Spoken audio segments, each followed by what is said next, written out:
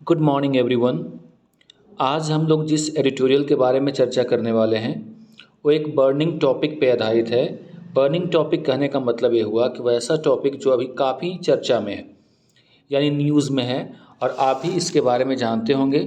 बात हो रही है EWS के लिए जो 10% आरक्षण दिया गया है उसको बरकरार रखना चाहिए या नहीं चाहिए, इसको लेकर के सुप्रीम कोर्ट में सुनवाई हुई थी।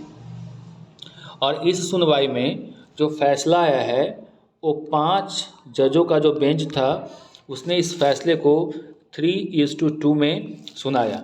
कहने का मतलब ये हुआ कि 3 ऐसे हैं जिनका मानना था कि आरक्षण ये जारी रहना चाहिए 10% जो EWS को मिलता है, और 2 ऐसे थे जो मानते थे कि ये संवैधानिक संरचना के विरुद्ध है। अब इसी को लेकर के बहस तेज़ है और आप लोग भी जानते होंगे या आप भी इस बहस में पार्टिसिपेट ले सकते हैं या समझ सकते हैं कि क्या सही है और क्या गलत है। एक और आरक्षण जो मिलता है लोगों को वो जाति पे आधारित है, ठीक है। दूसरी ओर आरक्षण जो यहाँ पे मिला है वो आधारित है आपके इकोनॉमी कैपेसिटी के ऊपर। कहने का मतलब ये हुआ कि आर्थिक रूप से आप कितने सुदृढ़ हैं उस पर डिपेंड करता है। अब बहस का विषय ये है कि क्या आरक्षण जाति के आधार पर होना चाहिए या फिर वैसे लोगों के लिए होना चाहिए जो इकोनॉमिकली वीकर है। अब इसी के आसपास ये पूरा मामला घूमता है, टहलता है, और फाइनल जो कंक्लूजन निकल करके गया है अभी फ़िलहाल कि जनरल कैटेगरी में जो इकोनॉमिकली वीकर सेक्शन है, जिनके बारे में कहा गया है जो अपर लिमिट है 8 लाख की है, 8 लाख से कम जो इनकम है जिनका, उनके लिए ये 10% आरक्षण की बात की गई है। क्या ये सही है या गलत है, इसके बारे में पूरे एडिटोरियल में हम लोग पढ़ेंगे। कल जो सुप्रीम कोर्ट में बहस हुई है उसमें चीफ जस्टिस ऑफ इंडिया, जो मौजूदा चीफ जस्टिस ऑफ इंडिया हैं, जिनका नाम है यू ललित, आप इसको नोट कर लीजिएगा, मौजूदा है यू ललित, लेकिन ये ज़्यादा दिन तक अब नहीं रह पाएंगे, केवल 2 दिन इनका कार्यकाल बचा हुआ है, यानी 9 सितंबर को ये रिटायर कर जाएंगे और इनके जगह पे वाई चंद्रचूड़ आएंगे। यानी यू ललित जो हो गए 49th, इनका अगर नंबर देखा जाए तो चीफ जस्टिस ऑफ इंडिया हैं, और इनके बाद जो 15th जो होंगे वो होंगे वाई चंद्रचूड़, जिनका अगर हम लोग कार्यकाल देखेंगे तो कब से स्टार्ट होगा, 10 नवंबर से स्टार्ट हो जाएगा। तो इस तरह से आप देख सकते हैं कि आपको ये बात समझ में आ गई हो कि मुद्दा क्या है। दूसरी बात, अभी चीफ जस्टिस ऑफ इंडिया कौन है, यू ललित, और इनका कार्यकाल 9 सितंबर को ही समाप्त हो जा रहा है। अगले डेट से वाई चंद्रचूड़ हमारे नए चीफ जस्टिस ऑफ इंडिया रहेंगे। एक कुछ हो गई महत्वपूर्ण बात। अब देखिए इसका हेडिंग क्या लिखा हुआ है, इकोनॉमिक्स एंड एक्सक्लूशन। ऐसा टॉपिक लिखने का मतलब ये हुआ कि जो यहाँ पे अर्थशास्त्र की बात हो रही है, यानी आर्थिक स्थिति की बात हो रही है, और आर्थिक स्थिति में अगर आर्थिक आधार पे एक वर्ग है जिसको जनरल कहा जाता है, उसको इस मामले से अलग रखा गया है। कहने का मतलब ये हुआ कि जनरल कैटेगरी को किसी प्रकार का कोटा यानी आरक्षण नहीं दिया गया है, यानी आर्थिक आधार पे जो आरक्षण है उसको हमेशा से एक्सक्लूड करके रखा गया है। एक्सक्लूड कहने का मतलब अलग करके रखा गया है, उसको बहिष्कृत करके रखा गया। यानी कहने का मतलब ये हुआ कि आर्थिक आधार पे जो आरक्षण है, कोटा है, उसको हमेशा से बहिष्कृत किया गया है, उसको अलग रखा गया है, एक्सक्लूड किया गया है। इसलिए इसका जो हेडिंग है वो लिखा हुआ है इकोनॉमिक्स एंड एक्सक्लूशन। इस एडिटोरियल में बात होगी on SC upholding 10% EWS quota. Uphold करना का मतलब होता है उसको कंटिन्यू करना, यानी रोक करके रखना। यानी जो 10% का आरक्षण दिया गया है EWS को, इकोनॉमिकली वीकर सेक्शन जो जनरल कैटेगरी में है, उनको जो 10% का आरक्षण यानी कोटा मिलता था, यानी रिजर्वेशन मिलता था, उसको अपहोल्ड किया है, यानी उसको कंटिन्यू करने की बात कही गई है सुप्रीम कोर्ट के द्वारा। इसी के बारे में एडिटोरियल है। आप जानते होंगे और डिटेल में अगर तो 10% जो आरक्षण दिया गया था जब 2019 का लोकसभा का चुनाव था, 7 जनवरी 2019 को इसको अनाउंस किया गया था। आइए आगे बात करते हैं। Use of sole income criteria. Sole का मतलब होता है इकलौता। तो इकलौता इनकम क्राइटेरिया को कोटा के लिए यानी आरक्षण के लिए एज क्वेश्चनेबल। हमारे देश में शुरू से जो आरक्षण मिला है वो जाति के आधार पे है, लेकिन ये पहला इकलौता ऐसा मामला है, सोल का मतलब इकलौता, ऐसा मामला है जिसमें क्राइटेरिया के तौर पे यानी जो क्राइटेरियन के तौर पे, ये सिंगुलर हो जाएगा क्राइटेरियन, इसका क्राइटेरियन के तौर पे इनकम को पैमाना रखा गया है। और ये जो आरक्षण देने का तरीका उस सवाल के घेरे में है, इस पे सवाल पूछा जा सकता है, यही सवाल खड़ा किया जा सकता है। बट लेकिन it should be made to work in non exclusionary वे।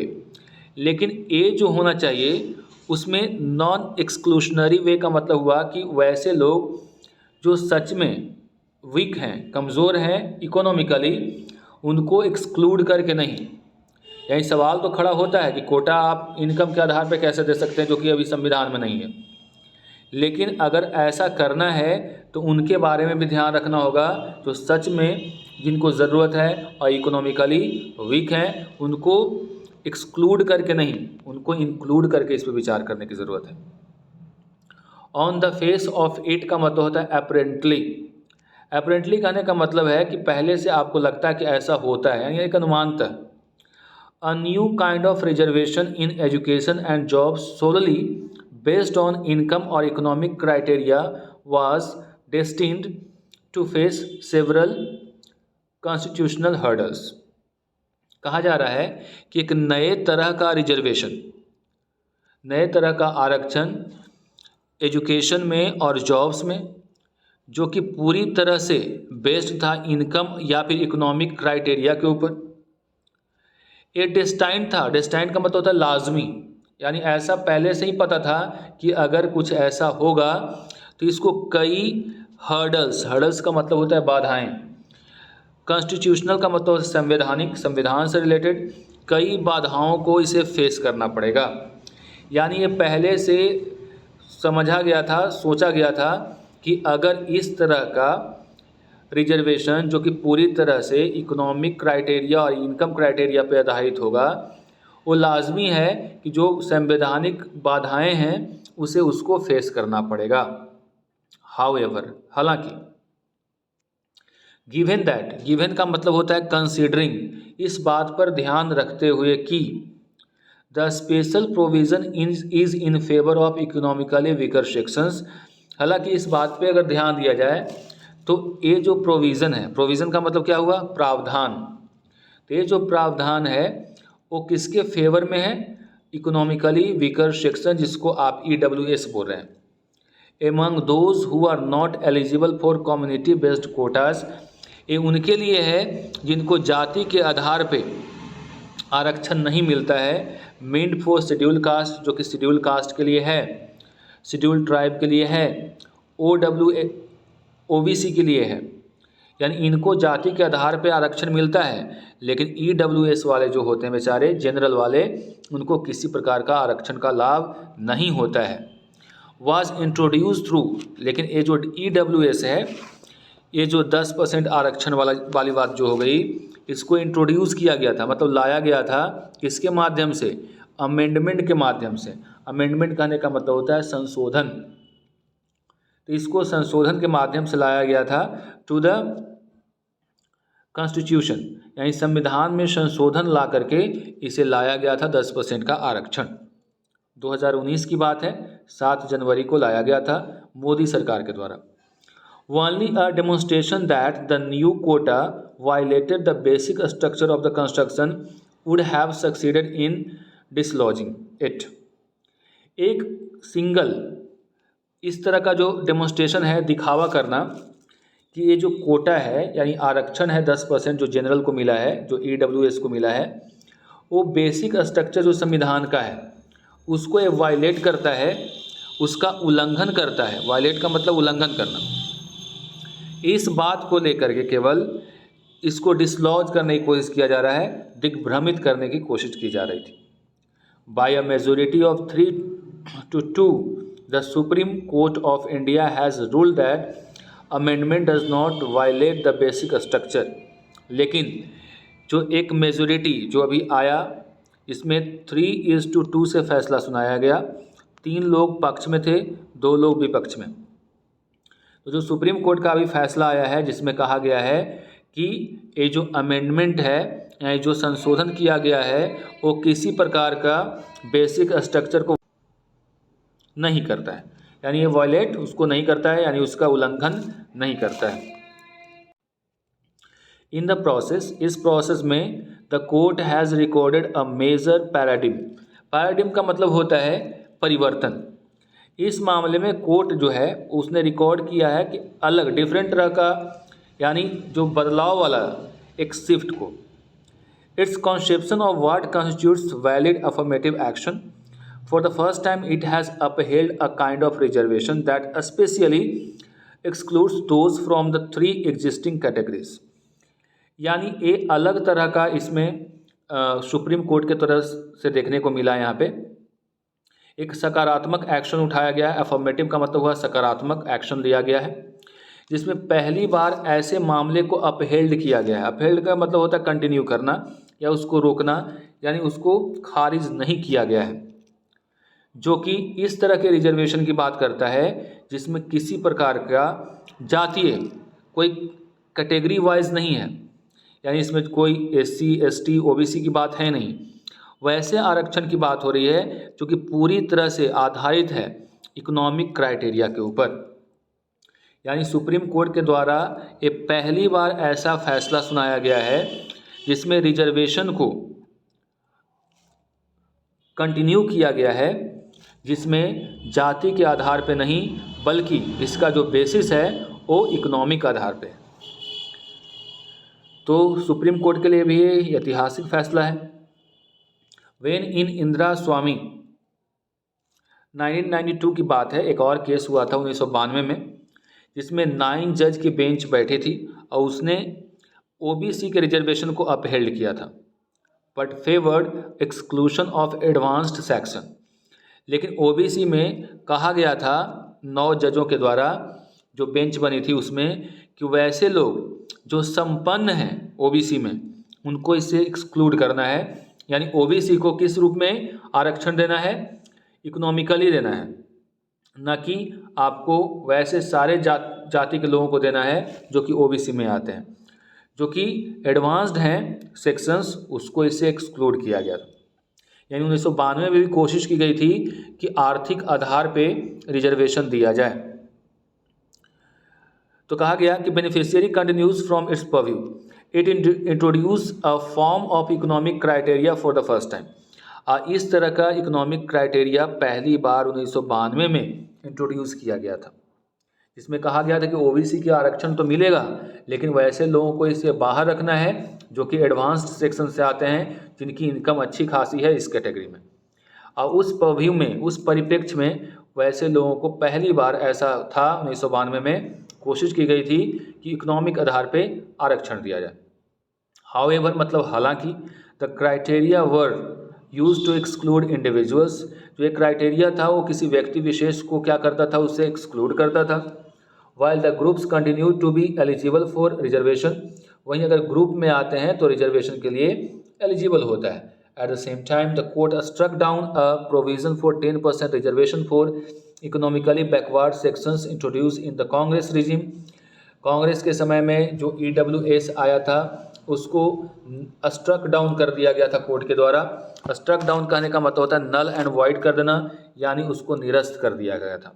यानी 10% आरक्षण देने की बात जो कांग्रेस की तरफ से भी की गई थी, लेकिन उस समय कोर्ट ने उसको निरस्त कर दिया था। On the ground that constitution does not provide for reservation solely based on the economic criteria.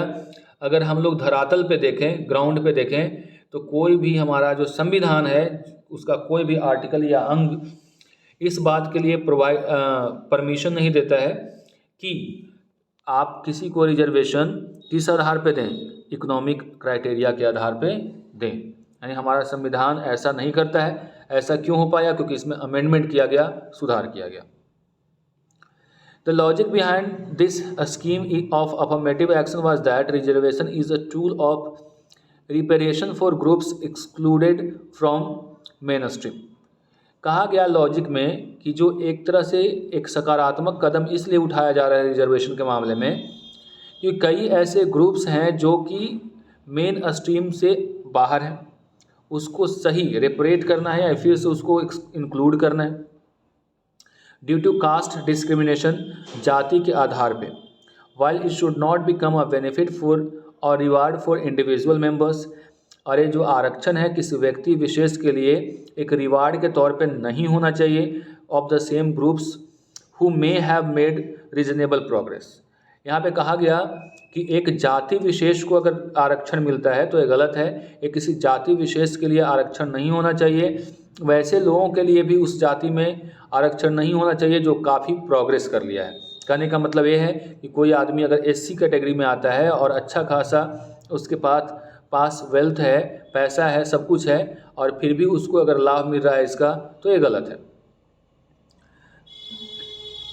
This logic was Holi, पूरी तरह से इन्वेंटेड इन 2019 में इसको बदल दिया गया, इन्वर्टेड है मतलब बदल दिया गया 2019 में, जब BJP lead regime amended the constitution. यानी बीजेपी का जो लॉजिक था कि वैसे लोगों को भी आरक्षण मिलना चाहिए जो कि इकोनॉमिकली वीकर हैं, किसी जाति विशेष या संप्रदाय के लोग तक ही सीमित नहीं हो, इसलिए 2019 में पूरी तरह से उसमें बदलाव लाया गया। इन्वर्ट का मतलब है चेंज करना, बदलाव लाया गया। और बीजेपी शासित यहाँ पे जो बीजेपी के शासनकाल में एक कॉन्स्टिट्यूशन में अमेंडमेंट 103 अमेंडमेंट था to provide reservation solely on economic criteria sectors other than those enjoying reservation under the categories SC, ST and OBC। 2019 में बीजेपी सरकार के द्वारा एक कॉन्स्टिट्यूशन में अमेंडमेंट लाया गया, संशोधन किया गया, जिसमें जो रिजर्वेशन का प्रावधान हुआ वो सोलली मतलब पूरी तरह से किस पे आधारित था? पूरी तरह से आधारित था इकोनॉमिक क्राइटेरिया के ऊपर, और वैसे सेक्शन जो इसके अंतर्गत नहीं आते हैं, किसके अंतर्गत? SC, ST और OBC के अंतर्गत, यानी जो जनरल कैटेगरी में आते हैं उनके लिए आरक्षण का प्रावधान किया गया है। The resort to economic and income criteria as the sole maker for identifying a beneficiary is obviously unsustainable from the point of view of equality of opportunity. अगर हम लोग इकोनॉमिक या इनकम क्राइटेरिया को रिसोर्ट करें, resort का मतलब उसके तहत चलें, तो ये जो सोल मेकर है यानी अकेला जो है, जो अगर इसका इस्तेमाल बेनिफिशियरी को आइडेंटिफाई करने के लिए किया जाए तो ये ऑब्वियस है, यह स्पष्ट है कि ये सस्टेन नहीं करता है। अनसस्टेनेबल का मतलब होता है कि जो कहीं ठहरता नहीं है, सस्टेन नहीं करता है। अगर हम लोग इक्वलिटी ऑफ अपॉर्चुनिटी के व्यू से अगर देखें तो ऑल 5 जजेज agrees that introduction of an economic criterion does not violate the constitution. ये 5 के 5 जो जज थे उन्होंने कहा कि EWS जो इंट्रोड्यूस किया गया है, इकोनॉमिक क्राइटेरिया जो इंट्रोड्यूस किया गया है कॉन्स्टिट्यूशन में अमेंडमेंट के माध्यम से, वो कॉन्स्टिट्यूशन को वायलेट नहीं करता है, उसका उल्लंघन नहीं करता है। हाउएवर, हालांकि justice S. Ravindra Bhatt and Chief Justice of India UU Lalit Kankari has correctly found that the exclusion of groups that already enjoy reservation from accessing the new form of affirmative action violates the equality norm, which is basic feature of the Constitution। UU Lalit और रविंद्र भट्ट जिन्होंने कहा यहाँ पे कि जो वैसे group जो exclude किए हुए हैं यानी बाहर निकाला गया है, जो कि ऑलरेडी रिजर्वेशन इंजॉय कर रहे हैं और उनको दूर रखा गया है new form of affirmative action से, ये वायलेट करता है द इक्वलिटी नॉर्म। यानी कहने का मतलब जो समानता का अधिकार है उसको क्या करता है? वायलेट करता है। यानी कहीं ना कहीं उनको लग रहा था कि आरक्षण जो दिया जा रहा है वो गलत है, UU ललित को। The Constitution Amendment came with considerable political legitimacy as very few members voted against it. ये जो अमेंडमेंट आया था वो पॉलिटिकल लेजिटिमेसी के तहत आया था, यानी वैधता के तहत आया था कि बहुत कम ही ऐसे मेंबर थे जो इसके खिलाफ वोट किए थे। यहाँ तक आपको याद दिलवा दें, स्वर्गीय रामविलास पासवान उस समय इसका सपोर्ट किए थे कि जनरल को भी 10% आरक्षण, यानी वैसे लोग जनरल में जो इकोनॉमिकली वीकर सेक्शन से आते हैं 10% आरक्षण मिलना चाहिए, उन्होंने भी सपोर्ट किया था। The court could not have lightly struck it down, इसलिए जो कोर्ट है इसको इतना आसानी से निरस्त नहीं कर सकता था। यानी राजनीतिक दल भी चाहते थे कि आरक्षण मिले, क्योंकि जब अमेंडमेंट लाया गया था, संशोधन लाया गया था कॉन्स्टिट्यूशन में, तो चाहे वो पक्ष हो या विपक्ष हो, कोई भी पार्टी से हो, ज़्यादातर लोगों ने इसके सपोर्ट में ही वोट किया था। ऐसे में कोर्ट के लिए भी आसान नहीं था इसको निरस्त कर देना। The majority acknowledges parliament's power to create a new set of criteria. जो मेजोरिटी है यानी जजों का जो समूह वहाँ पे था, उसने समझा, एक्नॉलेज किया मतलब समझा कि पार्लियामेंट का क्या पावर है, और एक नए सेट ऑफ क्राइटेरिया जो उन्होंने फॉर्म किया, क्रिएट किया, and a new target for affirmative action, एक नया टारगेट लिया है अफर्मेटिव यानी सकारात्मक कदम के लिए। Their opinions wholeheartedly endorse the exclusion of communities that benefit from existing reservation norms. उनकी जो ओपिनियन है वो पूरी तरह से सपोर्ट करता है। इंडोर्स का मतलब होता है सपोर्ट करना, तो इंडोर्स करता है यानी सपोर्ट करता है द एक्सक्लूशन ऑफ कम्युनिटीज़, वैसे जाति के लोग जो पहले से ही आरक्षण ले रहे हैं उनको इसमें शामिल नहीं किया गया है। यानी जिनका पहले से, जैसे कि कोई एससी है, कोई एसटी है, कोई ओबीसी है, अगर उनको पहले से ही बेनिफिट मिल रहा है तो इससे एक्सक्लूड किया गया है, अलग रखा गया। contending that such exclusion is necessary to achieve the intended object of emancipating economically weaker section। और ऐसा इसलिए किया गया है क्योंकि ये ज़रूरी है ताकि जो इकोनॉमिकली वीकर सेक्शन है उसको इमेंसिपेट किया जाए, उसको शामिल किया जाए, उनको इसमें फ़ायदा हो। इफ़ दे आर इंक्लूडेड, अगर उन लोगों को भी एससी, एसटी और ओबीसी को भी इंक्लूड कर लिया जाए तो इट में undermine the entire idea of providing such reservation. तो ये पूरी तरह से, अंडरमाइन का मतलब होता है कम कर देना, बर्बाद कर देना, यानी जो आइडिया है उनको रिजर्वेशन देने का वो पूरी तरह से ख़राब हो जाएगा। This approach is clearly flawed because this creates a vertical reservation scheme based on economic weakness, a factor that could be applicable to all communities but consciously excludes a large segment। कह रहा है कि this approach, जो एक approach है, is clearly flawed, इसमें कुछ कमियां हैं, क्योंकि ये जो क्रिएट करता है एक वर्टिकल रिजर्वेशन स्कीम जो कि एक इकोनॉमिक वीकनेस पे है। लेकिन अगर फैक्टर अगर देखेंगे तो कई ऐसे कम्युनिटीज़ हैं जो इससे दूर रह जाते हैं। There was some merit in the argument that, argument जो हुआ उसमें कुछ मेरिट था। मेरिट एक था कि reservation can not be used as a poverty alleviation major.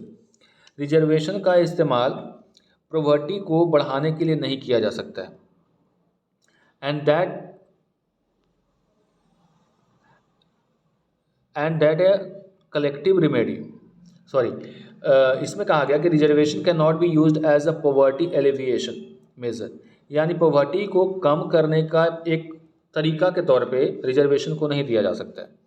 यानी रिजर्वेशन कोई ऐसा माध्यम, मेजर नहीं है, कदम नहीं है जिसके माध्यम से आप पॉवर्टी को कम कर सकते हैं।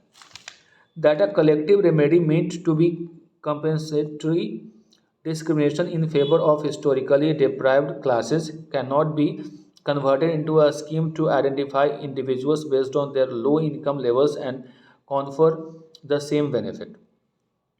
कह रहा है जो ऐतिहासिक तरीके से जो डिप्राइव्ड रहे हैं, वंचित क्लासेज रहे हैं, उनको आप डायरेक्टली कन्वर्ट नहीं कर सकते हैं इस स्कीम के तहत, जो कि एक इंडिविजुअल के आधार पे, जो उनके लो इनकम है उसके आधार पे उनको बेनिफिट मिले। यानी यहाँ पे कहने की बात ये हो रही है कि जो ऐतिहासिक तौर पे जो वंचित वर्ग हैं, डिप्राइव्ड का मतलब होता है वंचित, लिख लीजिएगा, तो जो डिप्राइव्ड सेक्शन है या क्लासेज हैं उनको आप रातों रात ये नहीं बदल दीजिएगा नियम कानून और वो कहेंगे कि आपको जो अब आरक्षण मिलेगा वो लो इनकम के आधार पर मिलेगा। The existing income criteria of 8 lakh a year has already been question. और जो मौजूदा एग्जिस्टिंग का मतलब है मौजूदा जो इनकम क्राइटेरिया रखा गया है EWS के लिए वो 8 लाख रखा गया है एक साल में इनकम, जो इस पे भी सवाल खड़े हो रहे हैं by the court a separate case, एक अलग केस में इस पे भी सवाल उठ रहे हैं। As it is liable to result in excessive coverage of socially advance classes, इसमें लाजमी है कि बहुत सारे ऐसे लोग आ जाएंगे जो इसके कवर में आ जाएंगे यानी इसके तहत आ जाएंगे जो कि जिनका 8 लाख से कम इनकम है। When those exempted from filing IT form returns are only those with taxable income below 2.5 lakh. यहाँ पे कहा गया है कि जो टैक्स देने वाले लोग होते हैं वो 2.5 लाख तक ही उनको छूट मिलती है, 2.5 लाख के बाद उनको छूट देने के प्रावधान नहीं है। तो जब 2.5 लाख से ज़्यादा इनकम पे टैक्स लगने लगता है तो EWS कैसे इकोनॉमिकली वीकर सेक्शन के लिए 8 लाख का पैमाना जो है वो क्या सही है, इस पे भी सवाल उठ रहे हैं।